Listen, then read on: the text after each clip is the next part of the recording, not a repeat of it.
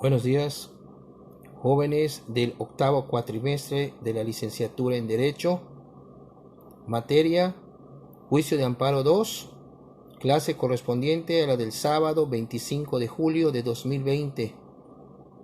El tema de esta clase, que ya se está abordando desde esta semana, ya que se subió el material correspondiente en la plataforma de la Universidad Maya,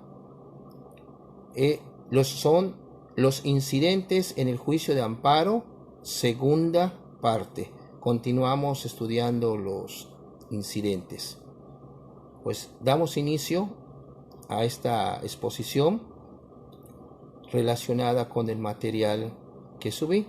Tienen en PDF, PowerPoint, y en un momento más estaré subiendo este video para que el próximo sábado 25 de julio de 2020, a la hora habitual de clase, retomemos los conceptos básicos de este tema y las dudas que tengan al respecto me las formulen en el chat de la universidad donde hemos estado trabajando, para efecto que yo les dé respuesta. Iniciamos. En el tema inmediato anterior habíamos analizado el concepto y la normatividad de la figura procesal conocida como incidente. Los incidentes en el juicio de amparo están previstos del artículo 66 al 72 de la ley reglamentaria. También se estudió la clasificación legal de los incidentes, resultando los siguientes: que hay incidentes conocidos como de especial pronunciamiento, de previo y especial pronunciamiento, incidentes que requieren sustanciación, incidentes sin forma de sustanciación, incidentes que se fallan con la sentencia definitiva del juicio. Aquí estamos planteando los tipos de incidente que hay, puesto que en la ley de amparo nos mencionan que en el artículo 66 nos habla de los incidentes. Estamos en estas clases analizando aquellos que son conocidos, pero también puede surgir alguna cuestión que no esté prevista, pero se pueda llevar por vía de incidente, pero habría que analizar si es de uno de estos 5 que se acaban de manifestar. También se trataron los incidentes previstos en el juicio o en el proceso de amparo y se analizaron 2, que fueron los incidentes de nulidad de notificaciones, cuando una notificación está mal hecha o contraria a la ley, y el de reposición de autos, también conocido como reposición de constancias de autos. En los incidentes en el fuero común civil es reposición de constancia de autos, y acá es reposición de autos, pero es lo mismo, son las piezas del expediente que se pueden perder, ya sea por sustracción o porque se traspapeló y hay que reponerlos. Eso es a través de un incidente. Hoy vamos a continuar con 3 incidentes que son muy interesantes. El de competencia, ya ahorita vamos a retomar lo que debemos entender por competencia. Acumulación, cuando se conocen 2 o 3 asuntos en distintos juzgados, pero que es el mismo quejoso o el mismo acto reclamado y se pueden acumular. Y el del impedimento del juzgador, en aquellas cuestiones donde la persona física, no la que está ejerciendo el cargo, vamos a hablar si es un juez de distrito, ese juez de distrito en alguna ocasión fue apoderado legal de alguna empresa, que ahora la empresa está promoviendo algún amparo y el asunto lo tiene él, pues se debería de excusar para no conocer el asunto porque hay un antecedente. Este incidente es muy importante porque lo que se busca con el mismo es evitar que haya cierto influyentismo en los asuntos y se busca la total imparcialidad de los mismos. Entonces empezamos con el primero, que es el incidente de competencia. Vamos a entender o recordar, ya habían visto ustedes en materias anteriores como teoría general del Estado o ciencia política, que competencia es la porción de poder o bien las facultades que otorga la Constitución, la ley o algún reglamento a los órganos del Estado de gobierno para que realicen determinadas funciones. Ya habíamos hablado también anteriormente que acuérdense que las autoridades únicamente pueden hacer lo que la ley les permite. O sea, si van a realizar un acto y ese acto no está respaldado por alguna ley, pues simple y sencillamente es un acto que va en contra de la Constitución, porque no tiene la facultad para realizarlo. Solo pueden hacer lo que la ley les permite. Es muy distinto a los gobernados como nosotros, que podemos hacer todo aquello que la ley no nos prohíba. O sea, nuestra gama es más amplia que la de las autoridades. Por eso, cuando ocupan un cargo público, si ese cargo no está previsto en alguna ley, algún reglamento, ¿qué facultades puede tener esa persona? A veces quieren confundir manifestando de que pues la ley no se lo prohíbe, pero ojo, puedes decir sí, la ley no te lo prohíbe, pero tú eres autoridad, no eres gobernado, y es muy distinto para que empezamos a entender y ubicarnos respecto a esto. Competencia es también la cualidad legal del órgano del Estado consistente en la capacidad jurídica para conocer de ciertos negocios o asuntos con autoridad, o sea, en calidad de autoridad. Y por último, podemos definir la competencia como una cualidad otorgada a los órganos de Estado consistente en la aptitud o posibilidad jurídica de poder hacer algo o de intervenir en determinados asuntos. ¿Estamos? Bueno. La Constitución Política de los Estados Unidos Mexicanos divide para su ejercicio el supremo poder de la Federación. Ya habíamos visto la división de poderes: legislativo, ejecutivo y judicial, cada uno dentro de su ámbito de atribuciones. O sea, los poderes no se pueden concentrar en uno solo. El ejecutivo en el presidente de la República, el legislativo en el Congreso de la Unión, que es bicameral, Cámara de Senadores, que es la Cámara Alta, Cámara de Diputados, que es la Cámara Baja, y el Poder Judicial, que es la autoridad prácticamente de, pues la que hay que cuidar mucho, porque es la que se encarga de la impartición de justicia por conducto de la Suprema Corte de Justicia de la Nación. Bueno, existe que la función jurisdiccional federal está dividida en ordinaria, que comprende todas las materias contenidas en el artículo 104 de nuestra Constitución Federal, así como los artículos 105 y 106 de la propia Constitución, y de control constitucional establecido en los artículos 103 y 107 de la misma Constitución Federal a que me estoy refiriendo. Estos artículos se complementan con la ley de amparo, es decir, la ley reglamentaria de los mismos, y con la ley orgánica del Poder Judicial Federal, y tiene por objeto la protección de las garantías individuales o derechos del gobernado y mantener el orden constitucional y legal a petición de parte agraviada. La ley orgánica del Poder Judicial Federal, ahí viene toda la estructura desde la Suprema Corte de Justicia con los ministros y las salas hasta la autoridad de menor jerarquía, en esa pirámide de jerarquías, podemos así mencionarlo, y cada uno en esa ley están mencionados qué atribuciones tiene y qué asuntos debe de conocer. Ahí para irnos adentrando a lo que es la competencia. Cuando tú mencionas que una autoridad es incompetente, es que quiere decir que no le toca conocer del asunto, no le compete, válgame la redundancia, que no puede ser su conocimiento, ya sea porque no está dentro de su jurisdicción o es un asunto que no le toca ver. Por ejemplo, que quieras que un juez penal vea un asunto familiar, no es competente porque el juez penal ve asuntos penales. O un juez penal de Cancún, quien que vea un asunto de Playa del Carmen. Bueno, no hay competencia en este aspecto por la cuestión de jurisdicción que hay, vamos a decir, en el caso de los jueces, hay jueces en Playa del Carmen que podrían conocer del asunto. Para eso están en materia común los distritos judiciales y en materia federal están los circuitos. Aquí en Quintana Roo es el 27º circuito. Antes de algunos asuntos se tenían que ir a tramitar a Yucatán porque Quintana Roo formaba parte del circuito 14º, que era Yucatán.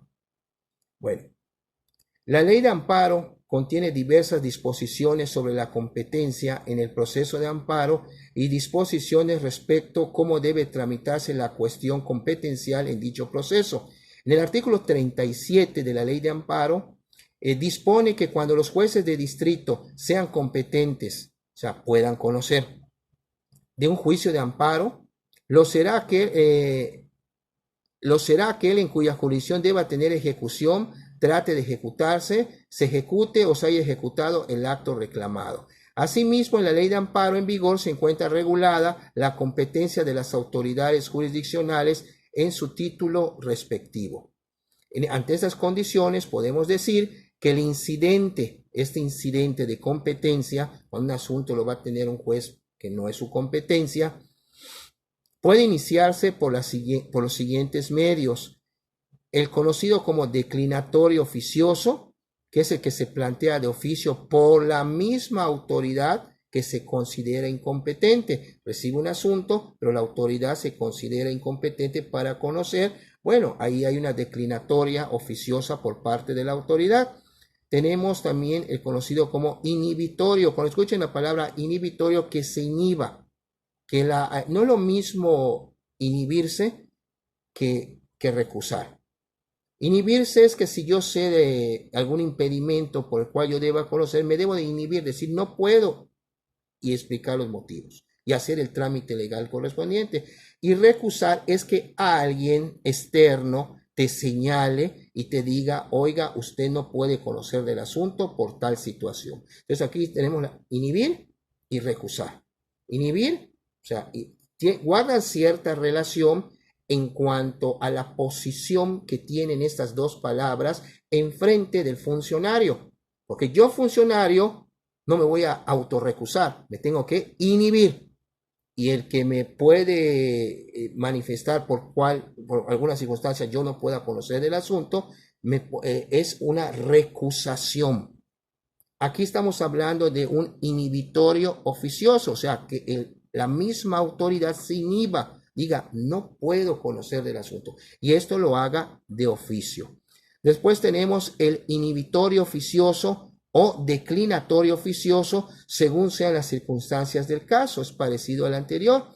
El inhibitorio promovido por las partes únicamente se presenta en el juicio de amparo cuando la autoridad incompetente no declina del conocimiento del asunto. ¿Qué es declinar?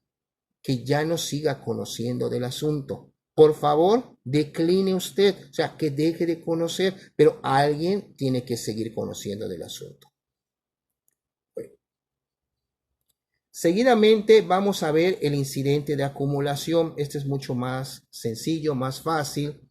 Según la Real Academia Española, acumular significa en términos de derecho unir unos autos a otros. Cuando hablamos de autos, desde el punto de vista jurídico, estamos hablando de esos acuerdos, esos proveídos que están en el expediente.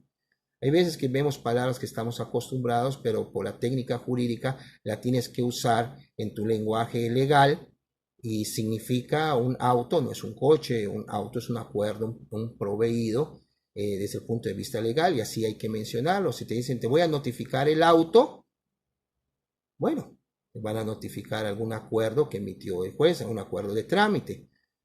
Una acumulación de autos, se supone es una acumulación de expedientes. No toda una acumulación de autos, pues, no dice, no está bien. Se quieran ir por el sentido común o como lo puede interpretar la gente. Esto a una persona que no conoce de esta terminología lo puede tomar, o sea, una acumulación de autos no va a pensar que es una acumulación de expedientes. puede pensar que hubo un accidente vehicular, pero estamos hablando de la terminología jurídica, autos, acuerdos. Aquí cuando hablamos del incidente de acumulación, vamos a promover que si hay dos asuntos que se están conociendo por las circunstancias que les voy a explicar, pues bueno, que se conozcan en un solo expediente para que al momento de que se dicte sentencia no haya contradicciones. A veces hay las contradicciones, bueno, por eso sucedía de que un juez dictaba una sentencia y otro juez dictaba otro tipo de sentencia y el mismo asunto se podía fallar uno solo, pero las sentencias quedaron contradictorias. Para evitar ese tipo de cosas, es por eso que se debe promover este incidente de acumulación. Este incidente de acumulación se practica por economía procesal. La palabra economía procesal es para ahorrarse trámites procesales. ¿Para qué va a estar tramitando dos juicios? Si guardan relación, se pueden acumular los expedientes y se llevan en uno solo. Eso es economía procesal. ¿Ok? Eso lo van a ver ustedes en el ejercicio de su profesión, que hablan de que para no estar repitiendo, por ejemplo, en un escrito, algo que ya dijeron anteriormente, mencionan que por economía procesal solicito que se tengan aquí por fielmente reproducidos, como si a la letra se insertaran los argumentos que hice valer anteriormente en la foja tal y tal y tal. Entonces, eso es para que no tengas que volver a repetir todo y esa manifestación nos lleva a esa parte y es entendible. Es como cuando tú repites algo y dices, válgame la redundancia. O sea, la redundancia a veces, pues, es repetir algo que ya dijiste, pero a veces hay la necesidad de decirlo, pero se aclara con el válgame la redundancia. Bueno, en el juicio de amparo hay también lo que se conoce como la litispendencia. No trae como consecuencia la acumulación, sino da lugar a una cuestión de competencia de acuerdo con la ley de amparo. En cambio, de conformidad con la citada ley, la acumulación se debe a dos hipótesis de conexidad. Cuando hablamos de conexidad, estamos hablando de cuando los expedientes son conexos. Cuando se trate de juicios promovidos por el mismo quejoso, por el mismo acto reclamado, aunque las violaciones constitucionales y las autoridades responsables sean diversas. Cuando se trate de juicios promovidos por el mismo acto reclamado contra las mismas autoridades responsables, aunque los quejosos sean diversos.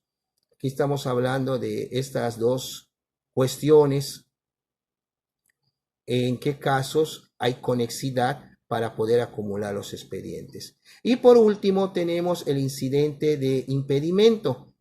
Cuando les mencionaba que si alguna autoridad judicial en su ejercicio profesional privado ha trabajado para alguna persona física o moral y ahora por razón del cargo le llega a su conocimiento que va a conocer de algún asunto donde él estuvo involucrado de cierta forma por razón laboral, por razón profesional, y eso podría afectar la imparcialidad en el juicio. Por eso se promueve ese incidente de impedimento. Incluso, para hacerlo más sencillo, en el artículo 51 de la Ley de Amparo les dice cuáles son esos impedimentos por los cuales el juez no debe conocer del asunto. Y si no, pues se promueve el incidente de impedimento señalándole al juez, usted no puede conocer del asunto por tal razón. Pero no es únicamente decirlo, hay que acreditarlo. Por ejemplo, en un juicio donde haya aparecido como apoderado, bueno, copia certificada de ese juicio anterior a su nombramiento como juez para demostrar que efectivamente él tiene un pasado, por así decirlo, con el asunto que está viendo y eso podía malinterpretarse o romper la imparcialidad y la ética que debe prevalecer en todo juicio respecto al juzgador. Bueno, jóvenes, esto ha sido todo por hoy respecto a estos tres incidentes que vimos. Incidente de competencia, el de acumulación de autos y el de impedimento. En la próxima clase continuamos con los demás incidentes. Muchas gracias.